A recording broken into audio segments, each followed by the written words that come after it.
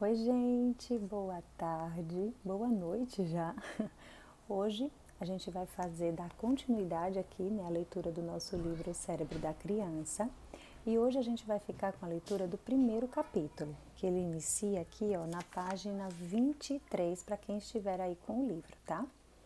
Eu enviei mais cedo para vocês a história em áudio da Mariana e do Marco, uma criança de 2 anos de idade que passou por um acidente de carro e como a sua mãe, a Mariana, né, lidou com essa situação, explicando para o filho, acolhendo o filho e ajudando ele a compreender, né, toda aquela situação da melhor forma possível, integrando o cérebro do Marco por inteiro.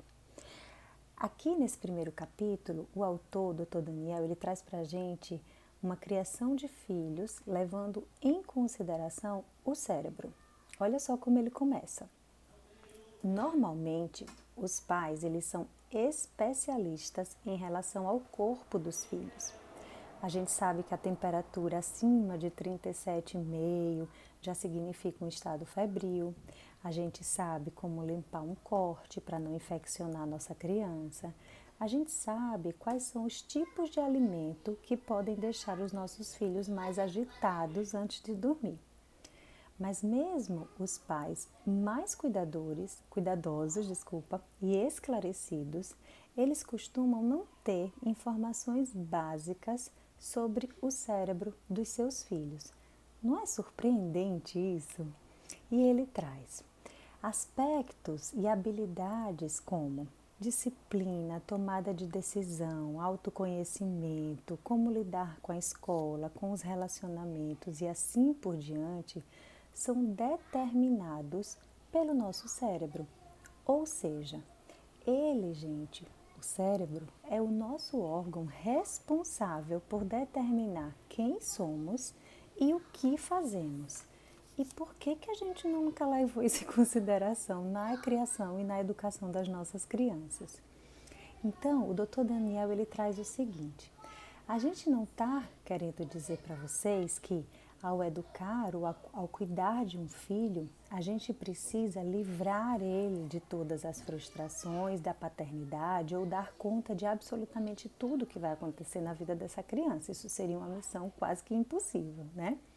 Mas ao compreender alguns pontos simples e fáceis de dominar sobre como o cérebro funciona, a gente vai ser capaz de compreender melhor o nosso filho e responder de uma forma mais eficiente, né, a situações difíceis, construindo uma base ali para a saúde social, emocional e mental da nossa criança. Aí o Dr. Daniel ele vai trazer toda a história do Marco e da Mariana para poder caracterizar, né, e contar um pouco de como que essa integração, né, se dá ao longo do desenvolvimento. E aí ele vem trazer o seguinte: o nosso cérebro, gente, ele tem partes diferentes com funções diferentes, mas que se complementam. Assim como o nosso corpo possui vários órgãos, né, que funcionam de forma independente, mas que se completam para que a gente consiga ter uma vida mais saudável e aproveitar, né, as nossas capacidades e potencialidades, o cérebro funciona da mesma forma. A gente tem um lado direito para cá, para vocês poderem ver, que é responsável pelas emoções, responsável por ler sinais não verbais. A gente consegue, né, fazer uma leitura, compreender o que o outro está sentindo através desse lado direito. E a gente tem um lado esquerdo, né, que é um lado que é mais lógico, mais racional, né? Ele consegue organizar, pensar, planejar e por aí vai. Temos ainda que o Dr. Daniel traz um conceito que é maravilhoso, um cérebro que é um cérebro reptiliano, ou seja, primitivo, assim que acaba nos assemelhando muito aos animais, né? Que é aquele cérebro que ele funciona instintivamente, né? E a gente toma decisões baseado na nossa sobrevivência, em frações de segundos. E a gente tem também um cérebro mamífero, que é um cérebro mais evoluído, né? que faz com que a gente consiga estabelecer relações, conexões, né? Obter novos aprendizados, e é o que nos diferencia dos demais seres vivos, né? Então, trazendo esses conceitos todos, ele vem mostrar para a gente que o grande segredo para prosperar é ajudar com essas partes que a gente possui aqui dentro a trabalharem de forma integrada. E para que isso possa acontecer, a gente não vai simplesmente juntar elementos diferentes para produzir um todo que funcione bem. Não seria assim tão fácil, né? Ele vem trazer para a gente o quê? É muito fácil a gente perceber quando os nossos filhos eles não estão integrados. Eles ficam imersos nas suas emoções, eles ficam confusos, eles ficam até caóticos, né? Eles não conseguem reagir de uma forma tranquila e competente a uma situação em que se encontram. E aí surgem as birras, os ataques de fúria, a agressividade e todas aquelas experiências desafiadoras da vida das nossas crianças. Isso tudo seria resultado de uma desintegração, ou seja, é como se estas partes elas não estivessem conversando entre si, tá? Já quando a criança ela consegue ter tudo isso funcionando de uma forma mais integrada, ela consegue ter uma resposta, né, mais assertiva, né, mais tranquila, com emoções mais agradáveis e por aí vai.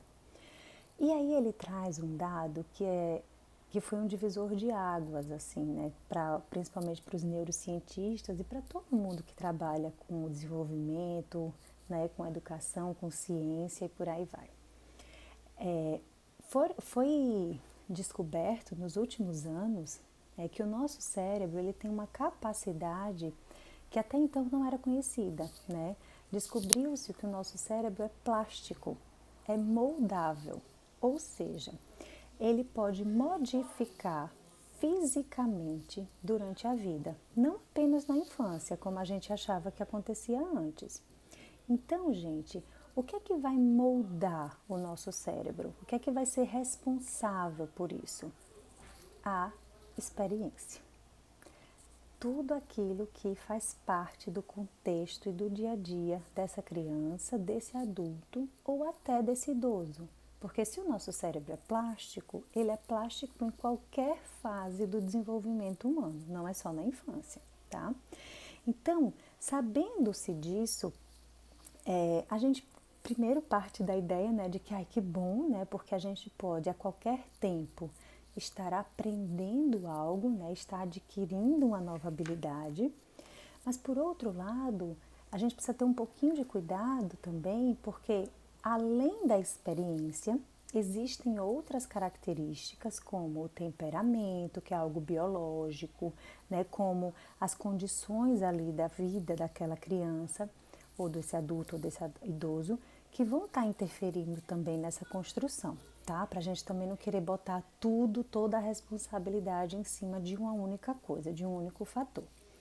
E aí, o Dr. Daniel ele vem trazendo para a gente o seguinte: se a gente sabe que o nosso cérebro é plástico, se a gente sabe que a experiência é capaz de moldar e modificar, né, essa estrutura cerebral que a criança possui, então tudo aquilo que é oferecido à nossa criança vai ter um impacto muito grande no seu desenvolvimento.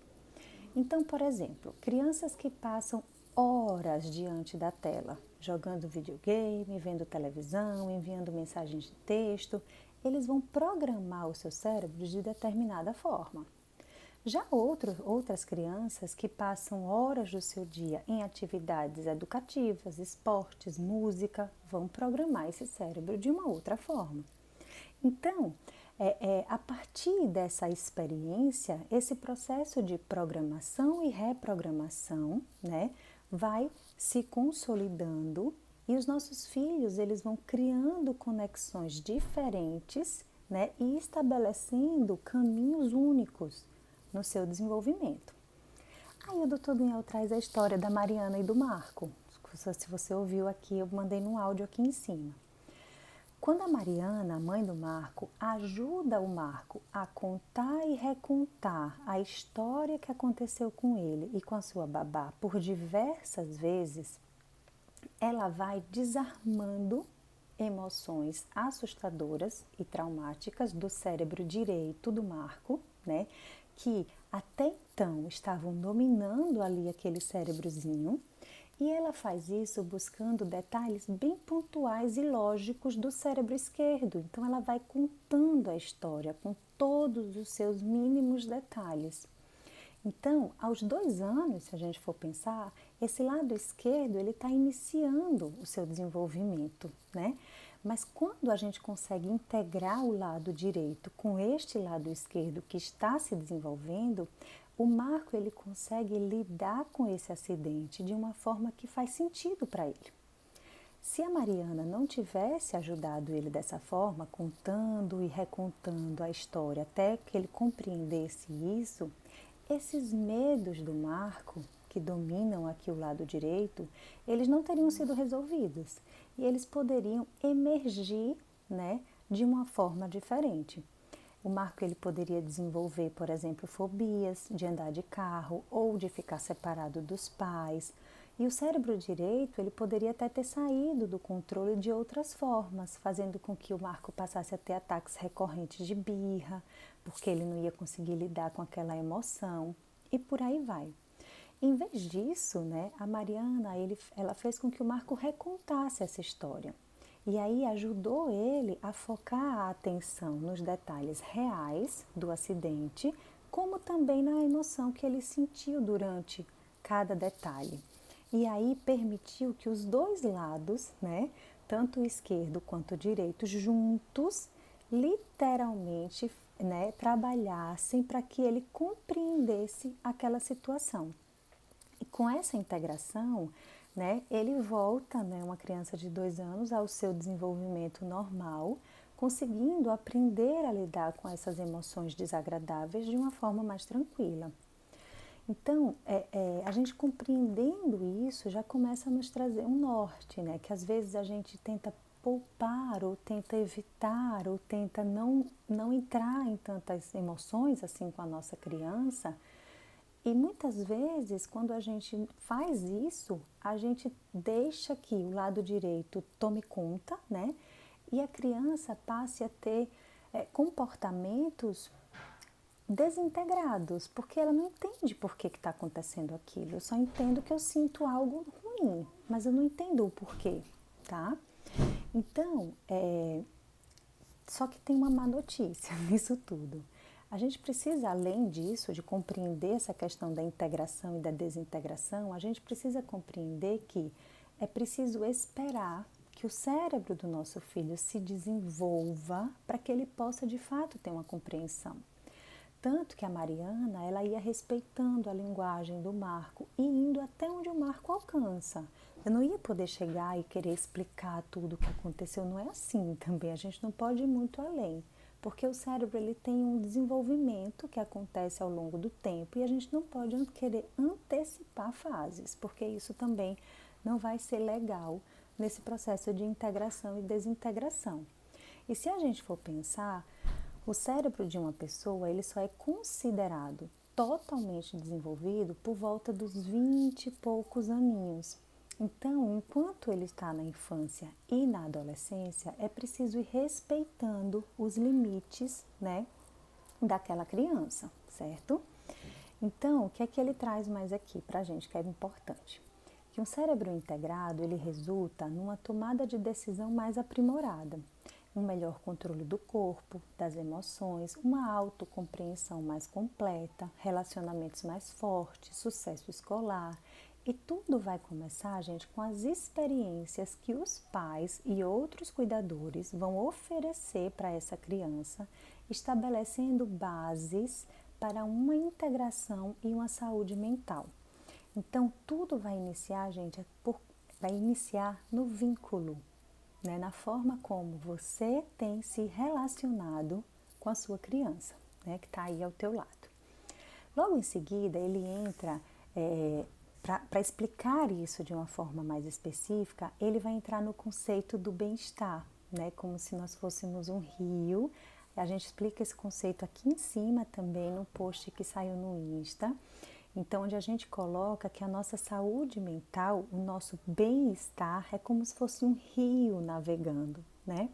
Mas que sempre que a gente está nessa água, nesse rio, flutuando lá calmamente, a gente precisa ficar muito atento ao que está acontecendo à nossa volta, porque muitas vezes, enquanto a gente vai navegando ali no nosso rio do bem-estar, a gente pode se aproximar de alguma das margens desse rio.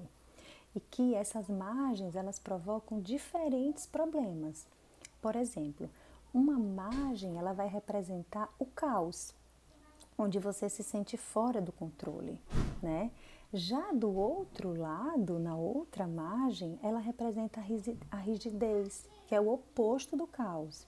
Nessa margem, a gente fica muito querendo manter tudo muito sob controle, tudo muito dentro de um padrão, tudo precisa acontecer desta forma e acaba também evitando que a gente consiga navegar aí pelo nosso rio do bem-estar da melhor forma possível. E aí ele explica isso, né, em relação também às nossas crianças. Tudo isso se aplica aos nossos filhos. Vamos imaginar um filho de 3 aninhos de idade que não empresta o brinquedo dele no parque. Ele está sendo inflexível, vamos pensar assim. Começa a chorar, a berrar, tira areia quando o amigo vai levando o brinquedinho dele, ele fica confuso. O que você pode fazer é ajudá-lo a voltar para o leito do rio em um estado harmonioso, que evite toda essa desordem e toda essa rigidez. E como é que eu vou fazer isso, gente? Emprestando o meu cérebro maduro para esta criança. Já vamos imaginar uma criança de 10 anos, uma filha de 10 anos que normalmente tranquila, mas está chorando histericamente porque não ganhou o trecho musical, né, de um solo que ela tanto queria na peça da escola. Ela se recusa a se acalmar, fica dizendo sem parar que tem a melhor voz da turma. Na verdade, ela está ali entre as margens, né, do caos e da rigidez, com as emoções claramente tomando conta de tudo. Então, como resultado disso, ela não quer reconhecer que às vezes uma outra menina pode ser tão talentosa como ela. E o que a gente pode fazer é guiá-la de volta a esse fluxo do bem-estar, para que ela consiga ter um equilíbrio melhor, né, entre essas emoções aí que estão tomando conta. Como que a gente vai fazer isso? O Dr. Daniel vai detalhar aí ao longo dos outros capítulos. A princípio, o que fica aqui é que, com algumas estratégias cotidianas e sabendo e conhecendo o funcionamento do cérebro das nossas crianças, a gente consegue, né, encontrar ferramentas para ajudar a integrar esse cérebro por inteiro e a trazer essa criança de volta aí para o seu rio do bem-estar, conseguindo viver, né, e aprender tanto com as experiências que acontecem aqui na nossa vida. Espero que vocês tenham gostado. Semana que vem a gente já entra no segundo capítulo desse livro. Beijos!